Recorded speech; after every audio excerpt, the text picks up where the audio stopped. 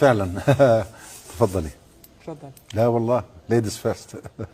وقد تركزت إذن عملية عاصفة الحزم في يومها التاسع على محافظة عدن. أبرز التطورات يستعرضها عمر عبد اللطيف. وبخصوص العلاقة الجزائر والمغرب والجزائر. تفضلي. بخصوص العلاقة بين المغرب والجزائر، قال بن كيران إن هنالك صعوبات في العلاقات بين البلدين، ولكن هذا لا يغير حقيقة الأخوة بين البلدين. تفضلي. كمل. اكمل الخبر. ورحب بن كيران بأي تدخل إيجابي لحل المشكلات بين البلدين. لنتابع تحديدا إلى متى ستستمر هذه الموجة الماطرة.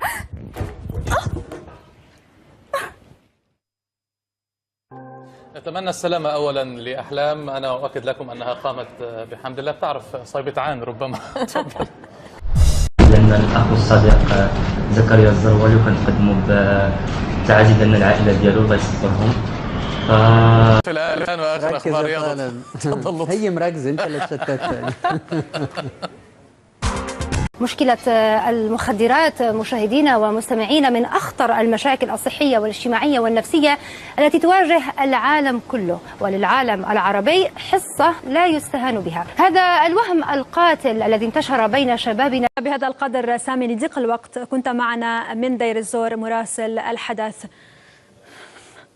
أصدر المركز الدولي للدفاع عن حقوق الإنسان تقريرا أحصى فيه وجود 24 ميليشيا شيعية تقاتل في سوريا، أغلبهم عراقيين وإيرانيين. ألو، يا هلا يا هلا. صباح الخير. صباح الورد. معك احنا لسه عندنا مساء. منو معي؟ معك مصطفى من لبنان. مصطفى يا مصطفى. كمل الأغنية. كمل الأغنية. رمضان كريم.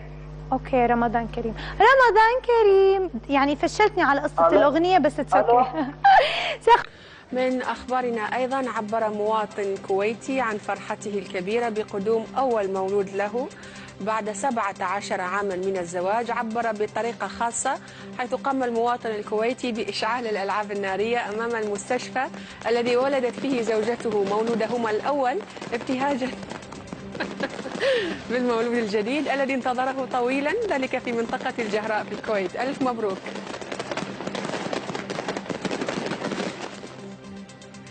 أعلن bir daha o yeterli olmaz.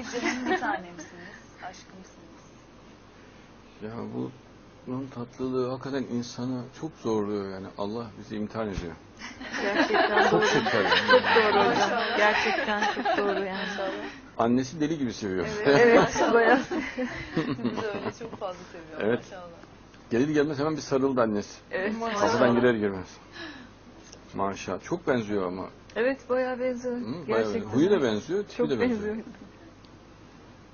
For our area, so let's. Oh my gosh, that was creepy. Oh, of course he had to be right on my head. Oh, I just don't like that. Okay, I gotta move. No, I hate it. I can't stand it. You realize it's not there. Christy, it's not in the room. It's okay. Oh my gosh. Okay.